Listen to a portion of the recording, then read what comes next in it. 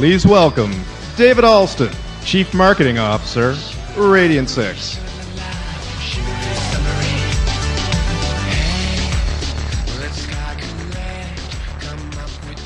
Well, it has been a great conference. I hope you guys have enjoyed yourself. We've got a real treat here. In the last panel, we've decided to go with a bit of a different format.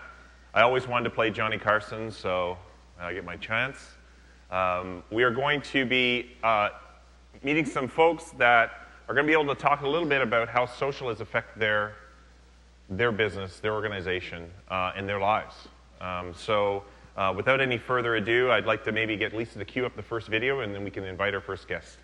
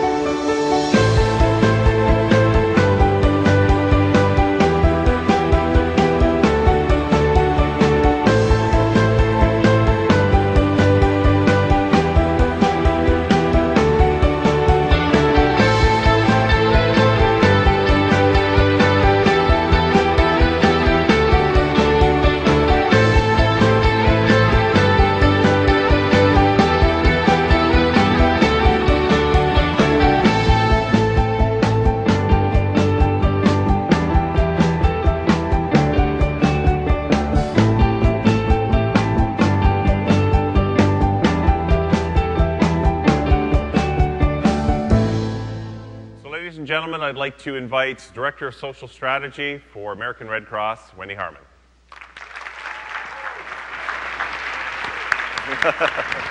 Welcome. Thank you. So Wendy and I go back a few years. It was, I can't remember exactly the time when I first reached out and we kind of connected, but she was doing some amazing things at American Red Cross. A lot of what she was doing with the social media program, and in many ways still does, is it's all, in a lot of cases, is Wendy. And if you in a lot of cases it was then, but it is. I mean, you have a small team. It's a small team, and she's done some amazing things, and she's come up with a lot of really interesting ways to accomplish tasks. As you know, in a nonprofit environment, there isn't a lot of money necessarily to hire lots and lots of people. So she's been very, very innovative, and I wanted to have a chance for her to explain some of these things. So maybe, Wendy, maybe you could explain a little bit about when you joined and also kind of when social media started becoming a bigger presence within the American Red Cross. Sure. I've been at the American Red Cross since late 2006, which was pretty early to the game. I've always had new media, social media somewhere in my title. So we really crossed the tipping point probably in mid-2007. Before that, it was kind of like banging on all the bosses' doors, writing lots of memos and not getting anywhere. And, buying the Flickr account with my own money and that sort of thing.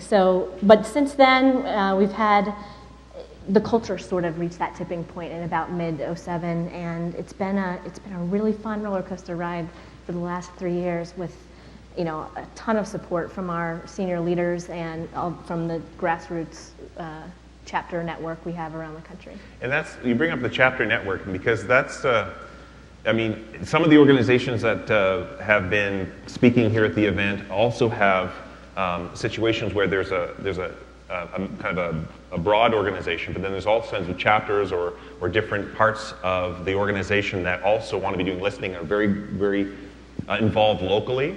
And that adds a new layer of complexity to that kind of thing when it comes to listening and engaging. Maybe you could explain a little bit of how you guys approach that. Sure. So our philosophy, as you guys have heard over and over in the last 2 days, we've hopefully really put into practice, and that is that every single employee and every single volunteer at the American Red Cross are spokespeople, our customer service representatives. So we really have given them the permission and the permission slip in the form of guidelines to engage with their audiences. So we use Radian6 every single morning. We're mentioned about 1,500 times a day when there's not a disaster that grows exponentially when there is, which is pretty often these days. And we pull together reports every single day and share them very widely internally, and we've done so much internal training that everybody across the country is also listening as well. So now I'm starting to get pinged before I've even seen stuff. Did you see this new tweet? So it's really beautiful to see the family listening.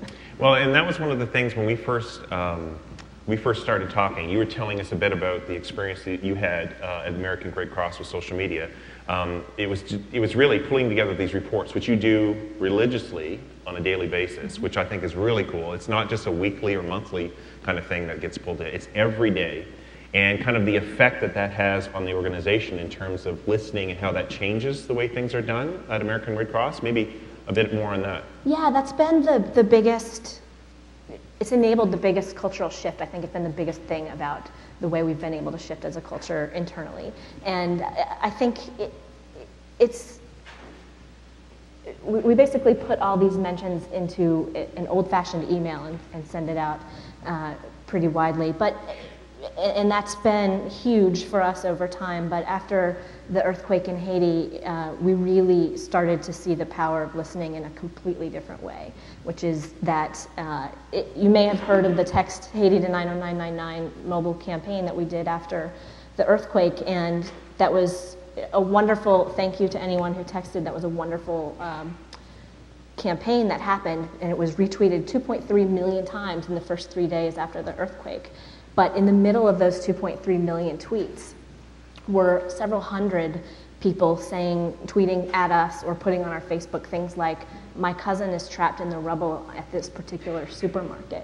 And so we've really taken an operational approach in the last year to figure out how we might give the public a role and properly route and that kind of information so that we can save lives more efficiently. We've been doing disaster response for 130 years, so we're pretty good at it. But it's these tools in the social web have given us this unprecedented opportunity to mix that expertise with real-time information from the public, and they can have a real role in helping crisis situations become more efficient and better. Well, you just mentioned that tweet, and we often hear from corporations that if I'm not listening to what's happening in social media, there's no lives lost. Not necessarily in your case, really, when it comes down to it. Now, you mentioned the idea of volunteers and kind of helping them figure out how to kind of do this. And obviously, during a natural disaster, you extremely high spike. And if there are people in there or tweets in there that are highly, life-related tweets, we want to make sure that those get to the right spot. So what are some of your thoughts? You mentioned this the other night when we talked. What are some of the thoughts that you've put kind of laid down in terms of plans to engage some of the volunteers in this kind of effort?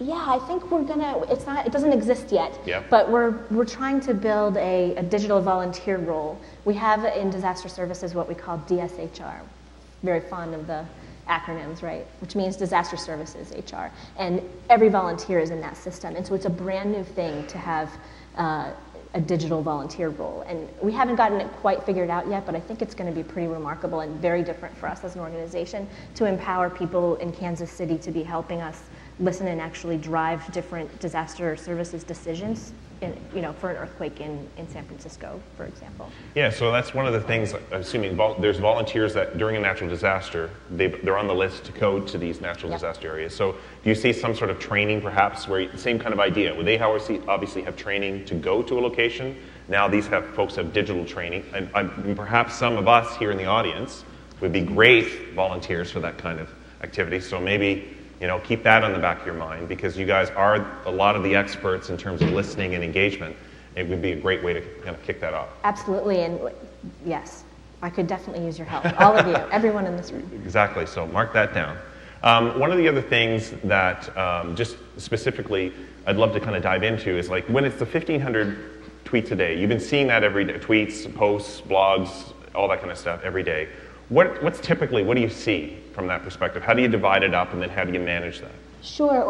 Well, in the early days, I was basically hired to make the evil bloggers go away because we were sort of in a defensive position as an organization. And on my very first day, I just fired up. We didn't have Radian6, so I fired up the old Technorati, and started looking. And I was so surprised to see so many hundreds of people taking time out of their day to talk about the organization and their intersection with it. And the 98% of it was positive, passionately positive, and people who wanted to engage. And the other 2% did have very narrow issue-specific complaints, most of which we had addressed as an organization. And so all we had to do was reach out to them and tell them and invite them to be a part of the continuing solution. So that's been the most heartening thing. So we see a lot of passionately positive people do a lot of thanking of people and showing people, really these days what we're trying to do is step out of the way. So the overall goal is for us to empower people to get help or give help. Super simple idea. So, to the extent that we're able to step out of the way and connect those two things together and just be the liaison that's able to do that, that's a gorgeous thing. And we're seeing that happen, on a day-to-day non-crisis situation on our Facebook page and on Twitter. We're connecting people all over the place. And then in crisis situations as well. We still have some procedures to work out to sort of formalize that a bit more, but I'm really looking forward to the day when we really can just step out of the way and say, you community are in charge of taking care of each other, and here's how you do it. We're going to help you every step of the way, but use these tools and you're going to be able to do it. So one of the things that I noted in my notes is that in the early days, like unfortunately a lot of different enterprises sometimes, social media was locked down. You couldn't necessarily even use social media at work because it was locked down. So what are some of you've seen that journey from where you were at that point, and a lot of us have seen the same thing in different enterprises where we've worked or folks that we're working with as an agency perhaps. What are some of the things that you can kind of share in terms of experiences to how that kind of unfolded? What are the kind of the milestones you were able to create and then kind of open it up?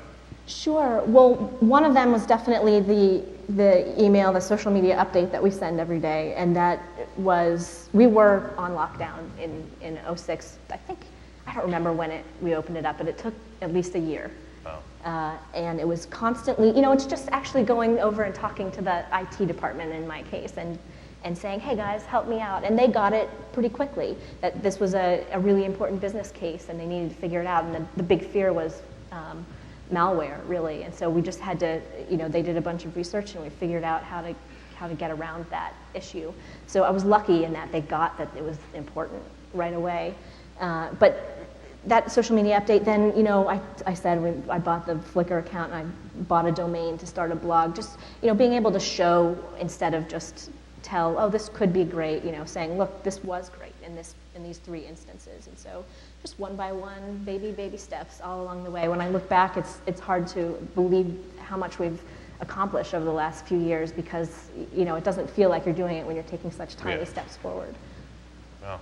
Now, one of the other things, too, that you're very involved in, one of the few folks that I generally go to when it comes to the nonprofit sector in terms of use of social media. And I know it's a growing amount. It's become a very important part in the nonprofit area in terms of getting messages out. One of the things I think too is the whole aspect of fundraising. That comes up a lot. Is that been an aspect for you guys as well? So as I mentioned, we started from this kind of defensive position, and so my first instinct was to simply try to provide the mission-related value using these tools. And that's really been our bread and butter over the years. We've just launched an iPhone app that has a shelter finder, so you can be anywhere in the world and look up and it's updated every 30 minutes and find an open Red Cross shelter near you. So we're definitely very client-focused, but obviously, with the economy, with fundraising, it's going to come up eventually. And so now we're really working not only to provide that mission-specific value to our clients, people who need help, but also we're trying to empower the people to get help. And that doesn't mean that we're asking for money every day at all. It means we're storytelling and we're paying attention to them. In the times when there isn't a major disaster and people aren't hungry for information from us, I spend all of my time just trying to pay attention to the people who care about the organization, really putting them in the spotlight instead of making it about us. So to me, the social web is not about messaging. It's about how well can you be affected by your audience. And so we try to do that. And then in the times when there is a major disaster happening, that's when the public is extremely hungry for as much information as we can give them. And so we've worked really hard with our disaster services colleagues to provide